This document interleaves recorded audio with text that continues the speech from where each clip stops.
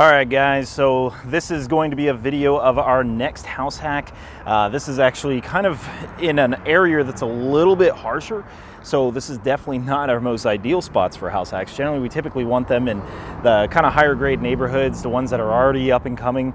It makes tenant placement a lot easier, but in this neighborhood, it is actually near North Avenue. So if you guys don't know Baltimore City, that is actually a little bit of a rougher area in Baltimore City. So we're gonna go ahead and check out this house. It's got a lot of the artsy vibe that you would expect from this sort of neighborhood because it's so close to Micah. So let's go inside and take a look. So the first thing we're gonna go ahead and notice here is that we have two doors. And so this makes an awesome house hack because you can actually live in one side and then rent out the other side. So this is something important to note. If you're ever doing your own house hack and you have multiple different entrances that can be separated by, essentially, if you see behind me, a front door, then you now have a little bit of privacy from your tenants. You can either use the vacation rental model where you Airbnb one side and house hack up the other side with room sharing, or you can live downstairs and rent up the entire upper half. There's a lot of different ways to go about this. So let's see what they did upstairs. Let's go ahead. All right, so as you can see upstairs here, we have the common area. And in the common area, we actually have pretty much what you'd expect, just sort of your TV, and then like a couch. This is actually a smaller house, so it's not going to be as big as some of the other house hacks that I show. And then it does also have a porch, which we'll go on to. So first off, to note, what makes this building a little bit more unique is actually the exposed brick. You're actually going to notice that right in here. We have exposed brick in the bedroom. So this is actually one of the bedrooms.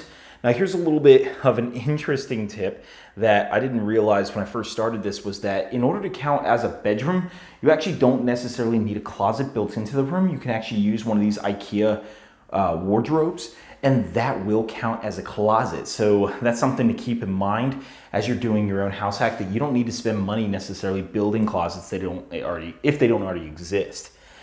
So obviously we have a bathroom for the room. So this is gonna be obviously a little bit more of a cheaper room since it is a lot smaller. And if it had its own bathroom, we could definitely raise the price on it. But unfortunately, it does actually share the bathroom with two of the other rooms. Now this is a little bit of a style that I'm not as, pro on. I actually prefer two people max sharing a bathroom. I think it can cause issues if you have more than two sharing, but we've made it work in this house hack. So I'm not gonna go into that room because it actually has a tenant in there, but that's another bathroom, just a little half bath they have there.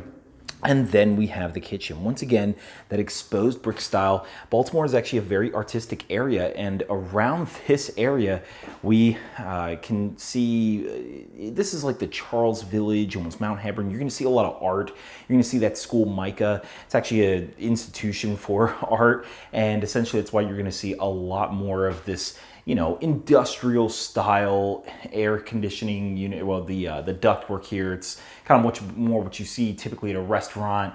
And then you have like windows such as that. It's just gonna have a little bit of an artsy look. It's definitely not gonna be more of your modern feel. And so in this kitchen, we have plenty of cabinet space for all of the tenants. One of the first things I'm gonna look at is, okay, what cabinet space do we have for them? And for 4 people that are gonna be in this house, we have absolutely enough. We just allow the tenants to sort of, take whatever it is they need. Now, one fridge might be a little too small for 4 people. However, I believe it can work in this house. Mostly because I imagine these are the type of people who are coming here probably won't have that much food. The room sizes are not incredibly large. So far it's been working just fine. But that is something of note to keep in mind. Once you get to 4+ people, you may want to consider another fridge. It just kind of depends. You don't ever need more than 2. At that point, it just becomes excessive. So I'm gonna take you into one of the final rooms before we get into the master bedroom. So in here, once again, a little bit of that artsy style. This was actually a converted living room. And so because it was a living room, you'll see another one of these IKEA shells. And here we can see a little bit of outside. And that's a little bit of that Baltimore area for you. And outside of that, you can tell it was a kitchen because of this little closet here, this little pantry. That was one sign of it. Hopefully the owner actually gets rid of this linoleum floor, but I guess it doesn't really matter for a house hack. If you're trying to save money, then it's not really a big deal. Most people tend to think of these houses as transient and therefore don't really mind if it doesn't have the best quality flooring. But as you can see here, he actually started replacing the flooring with vinyl plank, which I say is the #1 ideal flooring for a house hack. If you can absolutely use vinyl plank throughout your space, I 100% recommend it. I know we have one house hack with carpet and it does cause a little bit more of an issue because it's a lot more upkeep. So let's go into the master bedroom. Now this is going to be a little bit more of a mess. We're actually moving the owner out of here, but once again, exposed brick walls, very artsy. You're going to start to notice this style. Then we have the IKEA shelf closets, and you're going to see a little bit more closet space here. Once again, the exposed brick. And then we have the bathrooms, and actually it's kind of cool. We've got this little bit of tiling here, and then the walk-in shower is actually behind here. So this interesting style tile, and there's a shower head, and so it's a little bit of an alcove here, so it's actually kind of unique. I actually really like it, and that's one thing that makes this house hack really interesting, and it's a kind of a draw, is the fact that it does have all of this very unique architecture.